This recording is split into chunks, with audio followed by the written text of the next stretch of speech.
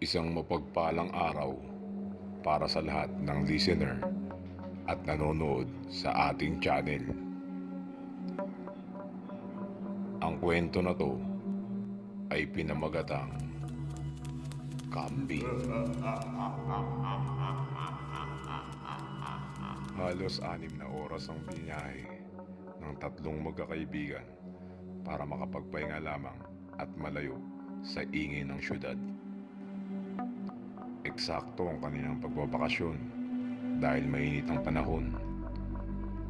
Tamang-tama at makakapagsiya sila sa malamig na batis at talon ng lugar na iyon. Hindi gaanong kasikat ang probinsya, pero kilala iyon ng mga mahilig mag-camping. Isa iyong paraiso kung ituturing ng mga taong mahilig sa kalikasan. May mga natural pool na hindi napupuntahan ng marami, at kung soswertein kayo ay masosolo nyo ng inyong mga kaibigan ang natural pool na iyon. Sila Sam, 17 years old, nakasuot ng abong shirt at 6-pocket na shorts at Oakley na shades. Rigor na nasa 6 na talampakan ng taas. Mahaba ang buhok na palaging nakaipit, at si Joshua na pinakabata sa tatlo. Hindi na bago sa kanila ang magpunta sa lugar na iyon. May kung ilang beses na silang naglalagi doon para magpahinga. Iyon na kasi siguro ang pinakamagandang lugar na hindi nalalayo sa syudad. Buti na lamang ay Abril at tag-araw. Kapag tagulan kasi ay binabawalan ang sino man na mag-camping sa paligid ng mga falls at natural pool dahil mabilis iyong mapuno. Delikado para sa mga nagka-camping ang lugar na kapag nagsimula ng mapuno ang tubig dahil wala na silang matatakasan. Noong nakaraang taon nga lang ay may nagbuwis na naman ng buhay sa tahimik na lugar na ito. May isang oras ang ginawang paglalakad ng tatlong magkakabarkada bago nila narating ang paborito nilang campsite. Tumawid pa sila ng falls, naglakad sa gilid ng bangin, at muntik pa silang maligaw. Dati-rati naman kasi ay dumadaan muna sila sa tanggapan ng barangay para makiusap sa isang lokal na dalhin sila sa lugar na iyon, at matapos ay babayaran na lamang ito. Pero dahil nga sa ilang beses na silang nakakapunta sa lugar na ito, ay nagdesisyon silang kayang-kaya na nila to.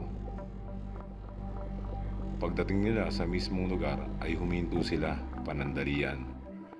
Pagmasdan ng ganda ng lugar, may falls ang natural pool na iyon na nasa 3 talampakan lamang ang taas. Napakalinom ng tubig na akala mo'y walang tubig na naroon. Woohoo! Nakabalik din. Sigaw ni Sam na hindi may tago ang pagkasabik. Ang ganda talaga, ano? Maikli namang sabi ni Rigor. Akmang huhubarin na ni Joshua ang kanyang pangitaas na damit para maligo, ngunit pinigilan siya ni Sam.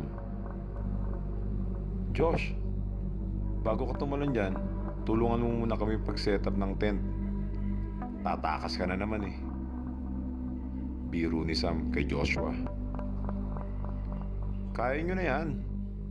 Isang tent lang naman ang itatayo nyo, sagot ni Joshua kay Sam. Anong gagamitin mo? Akala ko ba ikaw ang bahala ng sayo? Maskip ang tent sa ating tatlo, ha?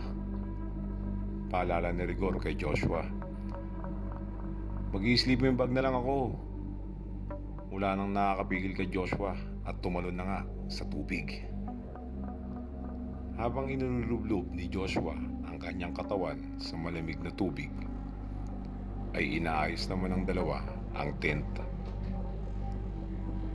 Nagsawa siyang lumubog at lumitaw sa tubig na parang isang batang sabik. Paminsan-minsan ay sumisigaw pa siya sa saya at kaya't hindi maiwasan na mainggit ng dalawa. Binilisan tuloy nila ang kanilang pagtatayo ng tent para makapagsaya na rin sa tubig, at nang matapos nila yun ay sumunod na sila kay Joshua na kanina pa nagbababad sa tubig. Buong araw silang nagsaya na parang wala nang bukas.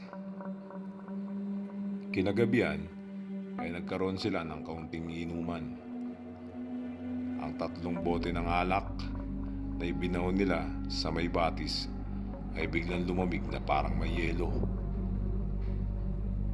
Ginawa nila iyon para madali na rin makatulog at pampainit na rin sa katawan dahil sa sobrang lamig ng lugar. Matapos silang makailang baso ay nagsimula na silang tamaan.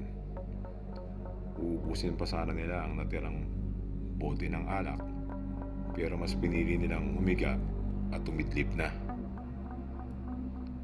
Gaya nga ng inaasahan ay sa tent natulog si Rigor at Sam, at si Joshua naman ay gumamit lang ng sleeping bag at tumabi sa ginawa nilang campfire para hindi gaanong lamigin. Dahil nga rin sa pagkalasing nila ay agad silang nahimbing. Tanging ang mga lagaslas na lamang ng puno at tubig kasama na ang ingay ng kuliglig ang maririnig sa lugar.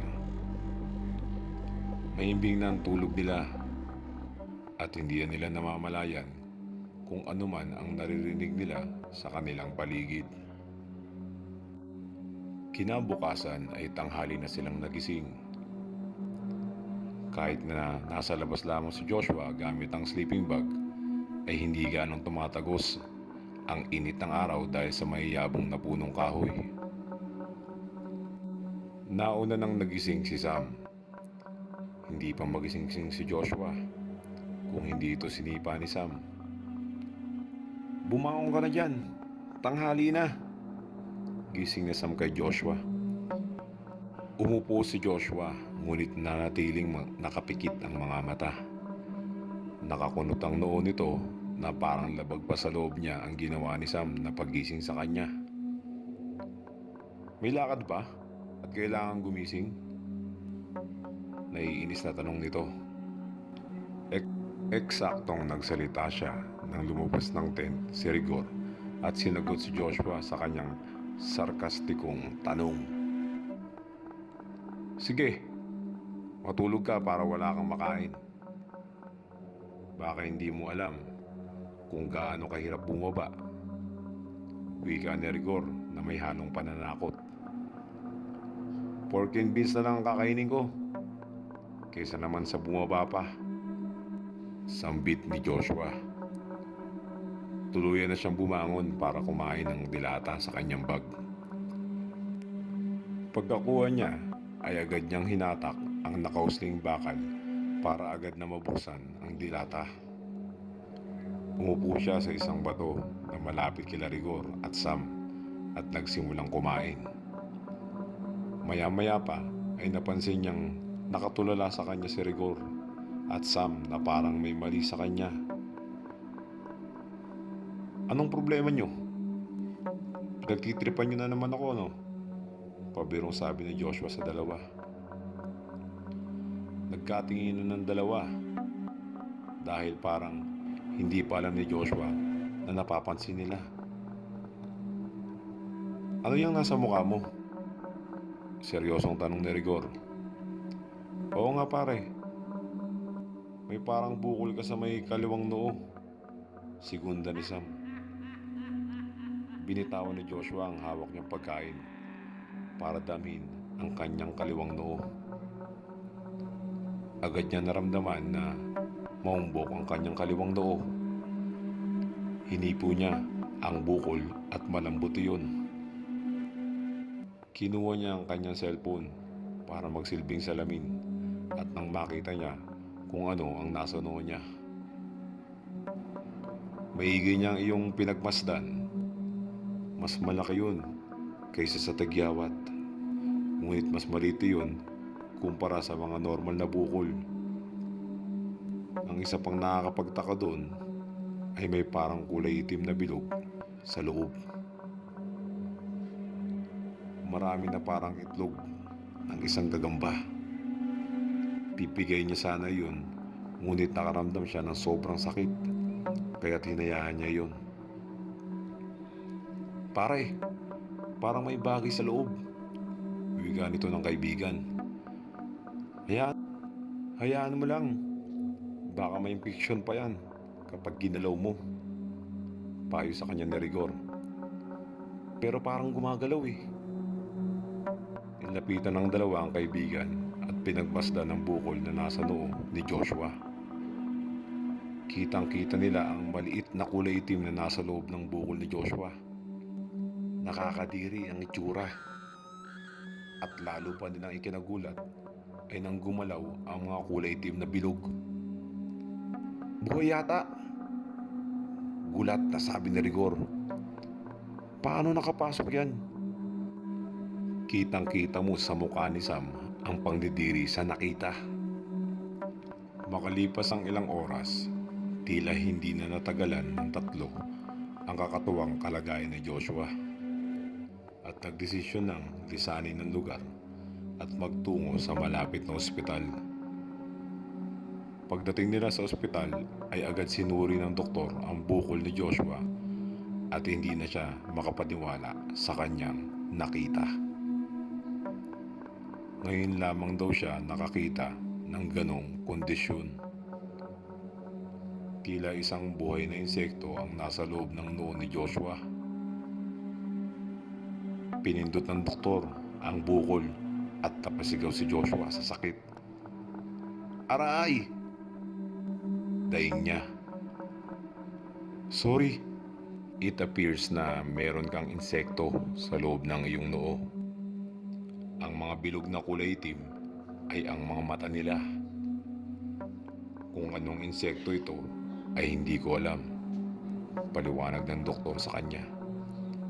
Ooperahan po ba? Tanong ni Sam sa doktor na nag-aalala sa kanyang kaibigan. Hindi pa tayo nakakasigurado. Sa tingin ko ay sensitibo ang insekto. Sa tuwing nagagalaw siya ay lalo siyang umuhukay pailalim sa iyong noo. Ang nararamdaman mong sakit ay ang ginagawang paghuhukay ng insekto sa iyong noo. Wala tayong impormasyon sa insektong ito, muling paliwanag ng doktor. Di operahan na lang po natin bago pabutasin ang bungo ng kaibigan namin at pumasok sa utak niya. Suwisyon na Rigor. Wala pa tayong impormasyon sa insekto at baka bago pa natin mabuksan ang bukol ay tuluyan na itong nahukay ang kailalim-ililiman ng utak ng kaibigan nyo. Ano po kayang ginagawa ng insekto na iyon sa noo niya? Tanong ni Sam. Sa tingin ko ay mangingitlog iyon sa loob ng katawan ng kaibigan mo. Defense mechanism iyon ng ilang insekto. Habang nag-uusap sila ay dumating na si Joshua na sobrang sakit pa raw. Parang sasabog na ang kanyang ulo. Muli nilang sinilip ang bukol sa noo ng kaibigan. Ngunit umimpis na iyon. Mukhang tuluyan nang pumasok ang insekto papasok sa kanyang ulo. Napahiga si Joshua sa sahig at nagsisisigaw. Naroong inuuntog niya ang kanyang ulo sa sahig at sinasabunutan niya ang kanyang buhok. Sinubukan siyang pigilan ng dalawa niyang kaibigan, ngunit hindi nila makayang pakalmahin ang kaibigan sa ginagawang pagwawala. Bigla na lang sumambulat ang dugo dahil sa lakas ng paguntog na ginawa ni Joshua sa kanyang ulo. Ilang untog pa at nawalan na siya ng malay. Agad namang binigyan ng agarang lunas si Joshua dahil sa mga sugat na kanyang natamo. Ngunit ilang sandali lamang ang nakalipas ay nangingisay na si Joshua at tuluyang nawala ng buhay. Hindi kinaya ni Sam ang nangyari at napatakbo sa banyo ng ospital. Hindi niya inakala na ang isang masayang bakasyon ay uuwi sa katapusan ng buhay ng kanyang kaibigan. Napahawak siya sa kanyang dibdib dahil tila naninikip iyon. Ngunit sa paghawak niya sa kanyang dibdib ay naramdaman niyang may naumbok sa parte doon. Agad niyang hinubad ang kanyang damit at nakita niya na may humigit kumulang na 20 bukol nang nagkalat sa kanyang katawan. Kagaya iyon ng bukol ni Joshua sa noo na may mga kulay itim na bilog sa loob at naggagalawan. Sa pagkakataong yun, naisip ng magkakaibigan na ang kalikasan ay mapaglaro. Maraming elemento ang hindi natin may paliwanag na dapat nating respetuhin at bigyan ng importansya dahil ito ang kanilang tirahan. Dito na nagtatapos ang aking kwento. Ako nga pala si Rigor Esteban. Nagpapasalamat at nabasa nyo ang aking kwento. More power sa inyong channel. Sa mga bagong listener at nanonood sa ating channel, mag-subscribe na po kayo at hit the notification bell para updated kayo sa mga kwentong kababalaghan na nangyari sa mga buhay natin. Salamat.